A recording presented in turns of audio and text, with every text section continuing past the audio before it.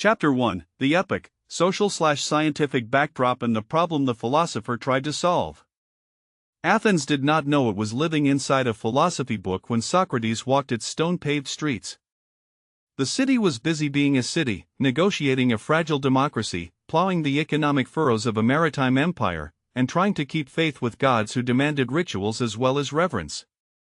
Yet in the long arc of Western thought, the moment when a single man began to press questions into the way Athenians lived and argued and judged, questions that did not reduce easily to sermons handed down from on high or to the eloquence of someone who could win a crowd by charm, marked a turning point.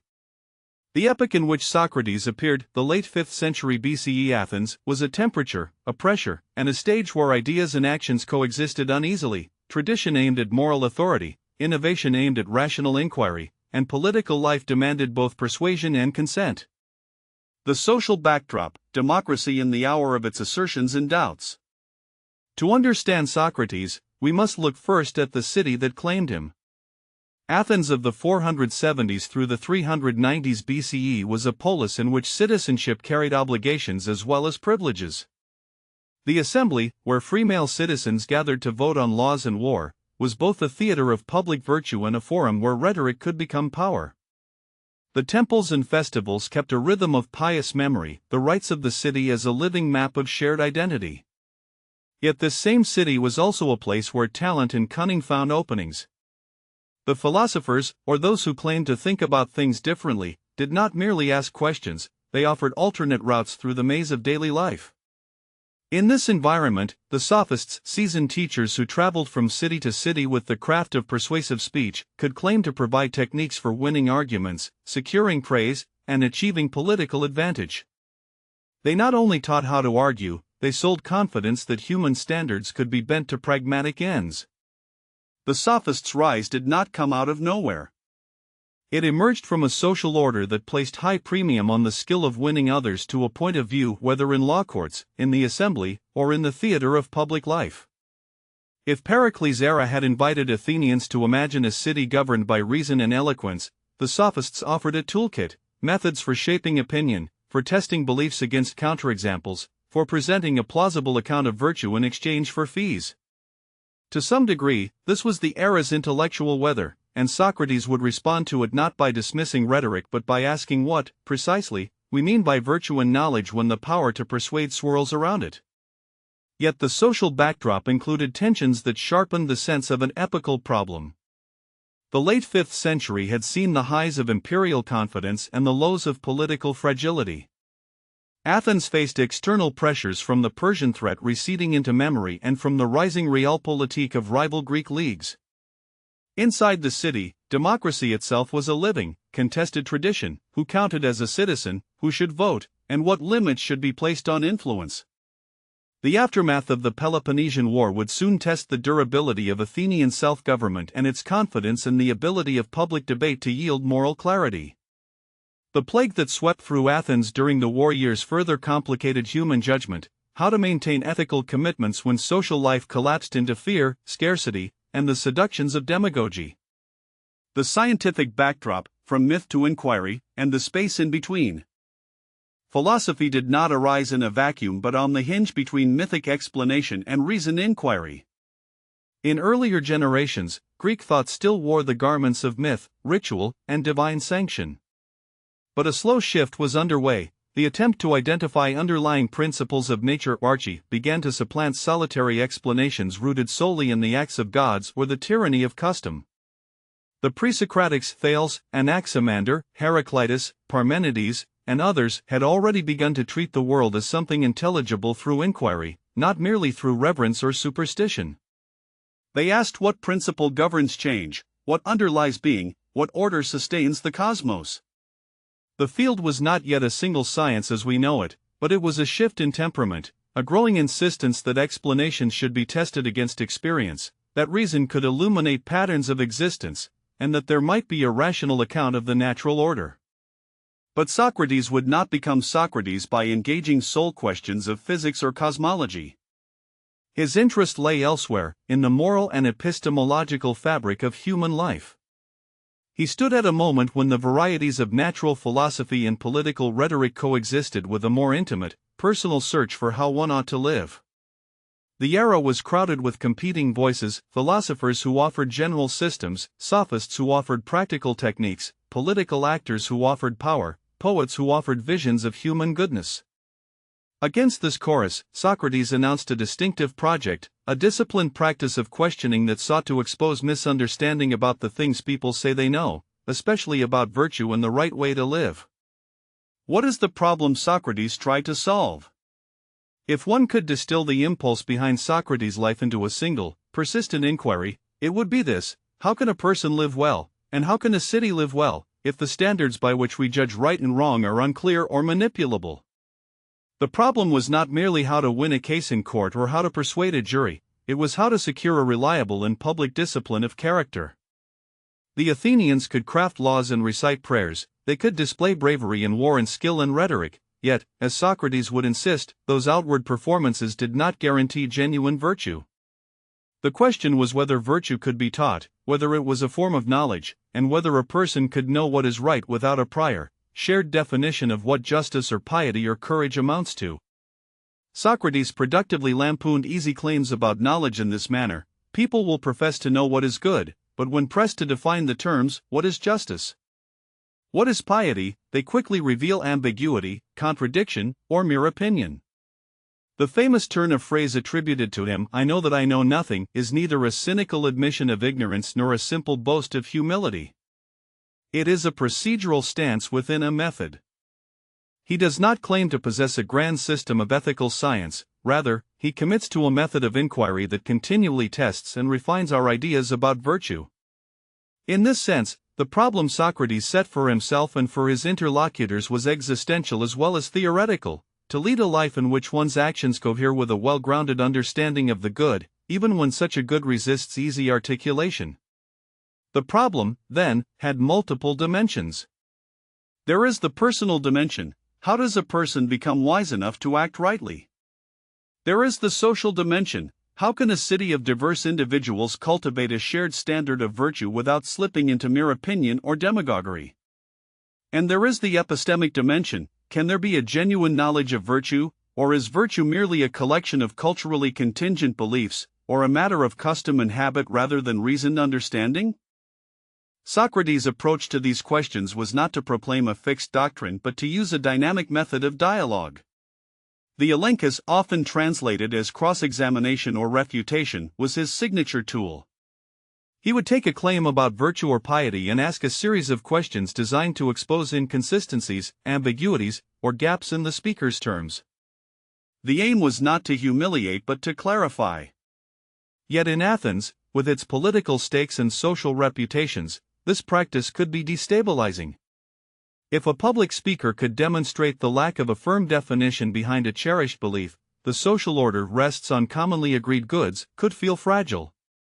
And so we arrive at why this epoch mattered. The very act of asking such questions was, in a sense, a political act. It challenged the assumption that cleverness and rhetoric must always align with moral authority.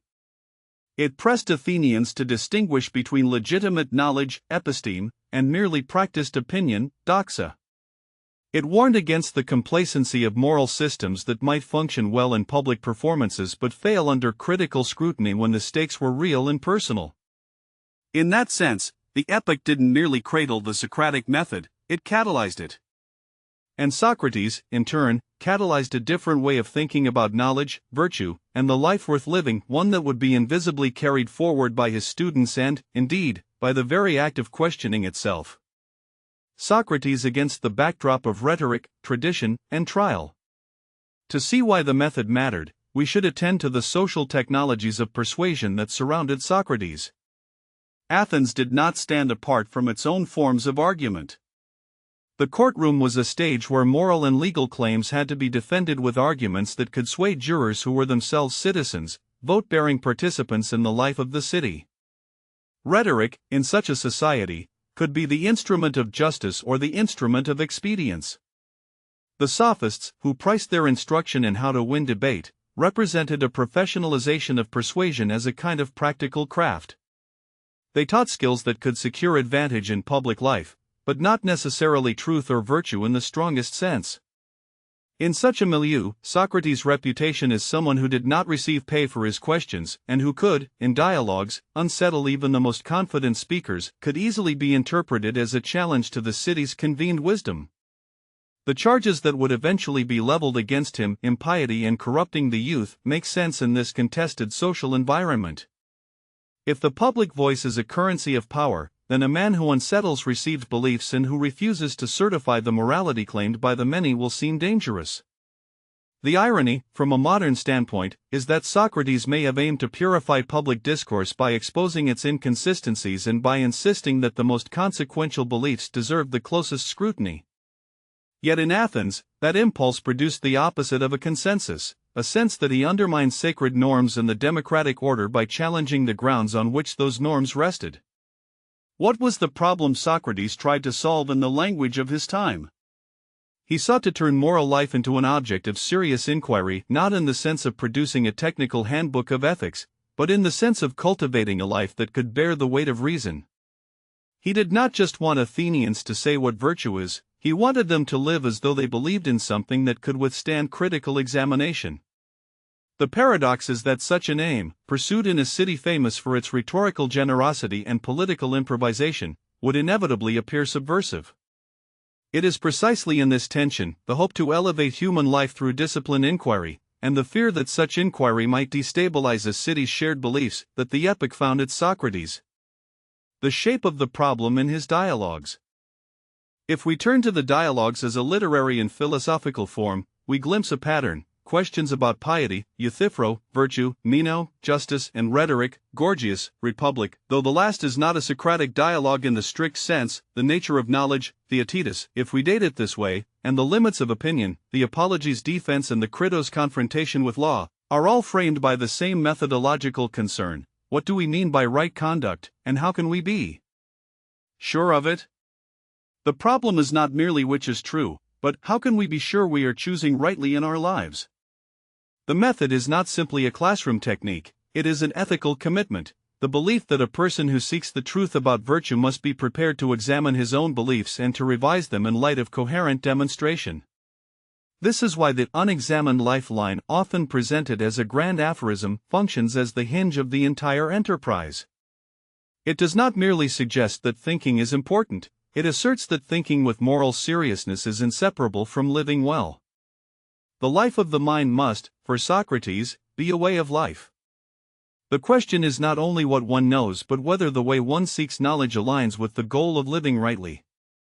The problem he takes up is thus double: epistemic, what can be known about virtue, and existential, how should one live given that knowledge or lack thereof? The method as a response to the problem. The elenchus is a response to a problem that much of the ancient world wrestled with but did not resolve. If virtue is knowledge, can you teach it? If virtue is not knowledge, then what is its nature, and how do we secure it in persons and communities? In the early dialogues, Socrates does not propose a grand theory of virtue so much as he exposes the slipperiness of conventional beliefs. He takes a general claim about virtue, say, that it is good, and asks for a precise definition. Then, by asking further questions, he exposes contradictions or at least ambiguities within the definition. The interlocutors often leave the conversation with their initial confidence weakened, sometimes to the point of aporia, an impasse that signals an invitation to continue inquiry rather than a closing of the matter with a definitive verdict. But the result of such probing is not mere skepticism. For Socrates, acknowledging ignorance in a responsible way, I do not know, becomes the first step toward the possibility of knowing. If the problem is so thick with ambiguity, the aim is not cynicism but careful, stubborn insistence on clarifying terms and testing conclusions. The method becomes a discipline for moral life. It compels the individual to articulate what one believes, to examine the grounds for those beliefs, and to adjust one's conduct in light of the slow, often reluctant discoveries that emerge from sustained inquiry. The epic scientists and citizens, what we might call the civic enlightenment, are thus both the audience and the arena for Socratic inquiry. The scientific curiosity of the era, which sought natural principles and rational accounts of the world, and the democratic culture that valued public dialogue and persuasive skill, together provide the air in which the Socratic method could breathe. The problem Socrates posed, how to anchor life in a rational, shared conception of virtue, moved beyond the merely personal and into the communal, for a life worth living is a life that rests on a shared, critically tested account of what counts as good. The moral imagination of the epoch, piety, laws, and the city's memory. A crucial aspect of the epoch concerns how Athenians imagined their obligations to tradition, religion, and the polis. The Greeks did not separate morality from religion and law as cleanly as modern thinkers sometimes do. Piety, how to honor the gods rightly, was connected to the good life, to civic duties, and to how one should treat the community's ancestors and its rituals. Socrates would probe the nature of piety, as seen in Euthyphro, challenging assumptions about whether piety is a quality that makes the gods approve of one's conduct, or whether piety is the standard by which we judge actions as rightly or wrongly performed in light of a community's norms. The dialogue's aim is not to overthrow religion but to examine carefully what such beliefs require us to do. If piety is merely a matter of ritual performance, the argument goes, one might commit injustices in the name of what is sacred. If, however, piety is a form of correct understanding of the good, then it must be accessible, communicable, and subject to critical testing just like any other human claim. The law in the city's memory functioned in this period as a living archive of moral expectations. The encounter with the state, through the court cases, the obligations of citizens to obey the laws, and the enduring memory of the city shaped the risks and responsibilities of a person who chose to think aloud in public spaces. If someone makes others question their most cherished beliefs, the social order might respond with fear, defection, or punishment. Socrates' own death, drinking hemlock after a political legal process in 399 BC, leaving behind the impression of a martyr to inquiry or, alternatively, a controversial provocateur who brought trouble upon the city he claimed to serve. Either way, the epoch's memory fixates on the tension between the life of critical inquiry and the necessity to belong to a political community. The Socratic method, with its insistence on precise definitions and its habit of turning rhetorical confidence into genuine inquiry, remains a weapon in this historical drama, a tool that could illuminate or undermine, depending on who wields it and for what end. A provisional map toward the ongoing conversation. Chapter 1 looks outward and backward at the same time. It surveys an Athens living through a moment of both brilliance and risk, a polis in which the line between wisdom and rhetoric could blur under the pressure of public life. It presents the problem the philosopher tried to solve as an ethical, epistemic, and political challenge, to find a way of living that is coherent, just, and capable of withstanding critical scrutiny in a community where opinion is powerful and the stakes are high. It is a problem that each generation of readers can recognize, a problem about how to justify our beliefs, how to justify our choices, and how to align our actions with a standard that is not simply a matter of preference or fashion. The epoch, then, is not a mere backdrop, it is a co-creator of Socrates' life and voice. The democracy's hunger for persuasion, the sophist's craft, the pre-Socratic hunger for explanations, the religious and legal certainties of Athenian life, all these elements converge in the figure of a man who preferred to ask questions to having others tell him the answers. The method, the purposeful, relentless asking of questions in search of clearer definitions, emerges as both a product of its time and a challenge to it. The social and scientific backdrop, dynamic, contested, and urgent, made the Socratic project both necessary and dangerous. The problem it sought to solve, how to pursue virtue with knowledge, in a city that prizes eloquence as much as justice, remains a perennial question. How shall we live, and by what method can we arrive at a life worth living? In this sense, the epoch functions as a map, not merely a historical outline but a set of coordinates for readers who wish to understand why Socrates appeared as he did, in the manner he did, and with the questions he raised. If the next chapters will explore particular dialogues and particular argumentative moves, the elenchus, the definition of virtue, the question of teachability, Chapter 1 has laid out the terrain, a city in a moment that were ripe for a distinctive way of thinking about life, knowledge, and judgment, and a man who chose to pursue that thinking with a courage that astonished his contemporaries and continues to challenge ours. As we move forward, we will see how these concerns unfold in concrete conversations, how the method operates in practice, and how the figure of Socrates, whether as gadfly, as martyr, or as teacher, comes to symbolize a lifelong commitment to the rigorous interrogation of beliefs. The epic's social and scientific backdrop does not merely frame a biography, it explains why Socrates' questions could resonate with so many, and why, even after 2 millennia, our own societies still encounter the same fundamental problem. Can we live together without illusion, and if we can, what kind of thinking will guide us? Toward the next chapter, the invitation is not to idolize or to dismiss Socrates, but to read him as a critical event in the long history of human self-understanding. The dialogue to come will invite us to test the edges where life and argument meet, and to listen for the quiet, stubborn insistence that the most important beliefs deserve careful, patient scrutiny. Only then can we begin to see how the Socratic method might illuminate not only a distant epoch but the ongoing human project of knowing how to live well.